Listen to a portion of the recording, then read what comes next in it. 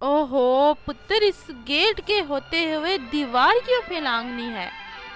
ओहो, अभी गेट खोलती हूँ। अम्मा जी, मैं इसकी बीवी मीता। बड़ी याद आ रही थी आपकी। अम्मा बहुत जिक्र किया करती थी, बताती थी ट्यूबवेल के साथ वाले मकान वाली खाला आपसे बहुत लाड करती थी। तो हमने भी सोचा उनकी जिंदगी में तो ये शर्फ नहीं हासिल हुआ, तो क्यों ना उनके दुनिया में से जाने के बाद ही आपसे मिल लें। और रिश्तेदारी को कोई भूलता थोड़ी ना है। सुनाए चाचा जी ठीक है ना? ओ पुत्र, आओ ना अंदर। सारी बातें इधर खड़े होके थोड़ी ना करनी है, और तुम्हारा चाचा भी इंतजार कर रहा है। चलो चलो अंदर आओ।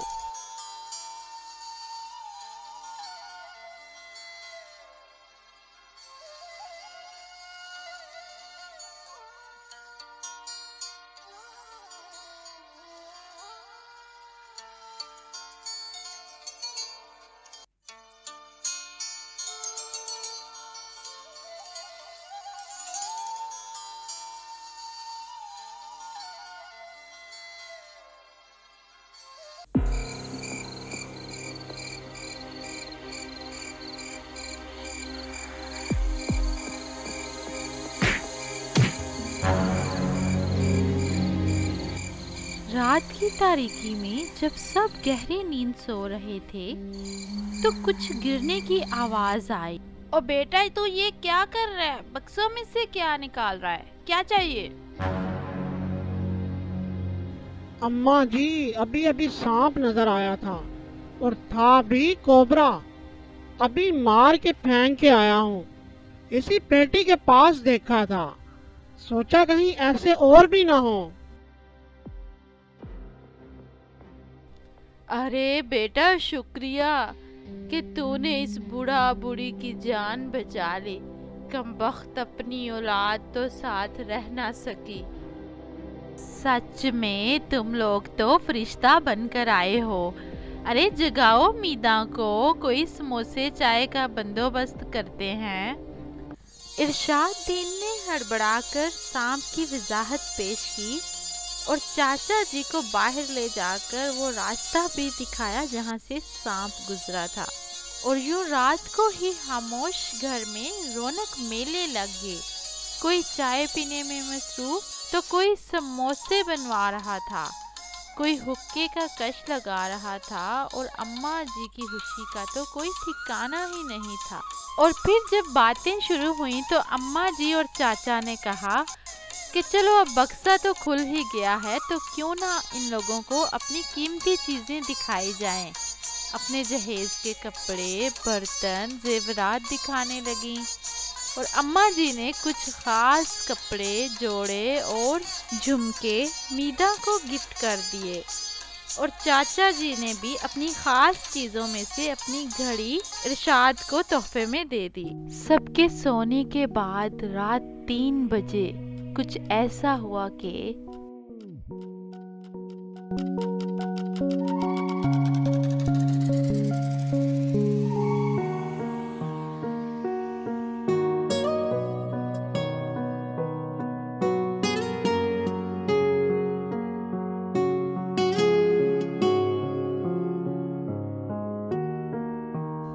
मीता, क्या मैं भी वही सोच रहा हूँ जो तुम सोच रही हो?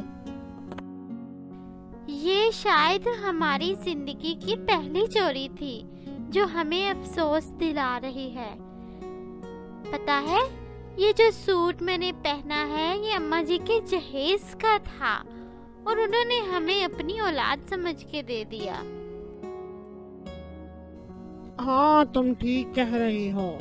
ये घड़ी चाचे ने अपने वलीमे पर पहनी थी और मुझ यतीम को दे दी। और ये देख, हमें इस मतलबी दुनिया में सच्चे इंसान मिल गए।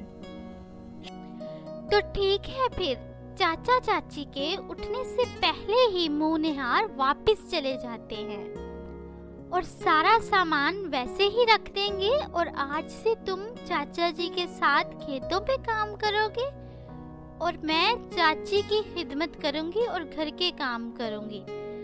हम उनकी औलाद बनके उनके साथ ही रहेंगे। इरशादुद्दीन एक चोर था और उसको पता था कि बूढ़ा और बूढ़ी अकेले रहते हैं, इसलिए दूर के रिश्तेदार बनकर खत भेजा। बच्चों, हमारी कहानियाँ देखने के लिए और नई नई किस्तें देखने के लिए सब्सक्राइब भी करें और लाइक भी करें।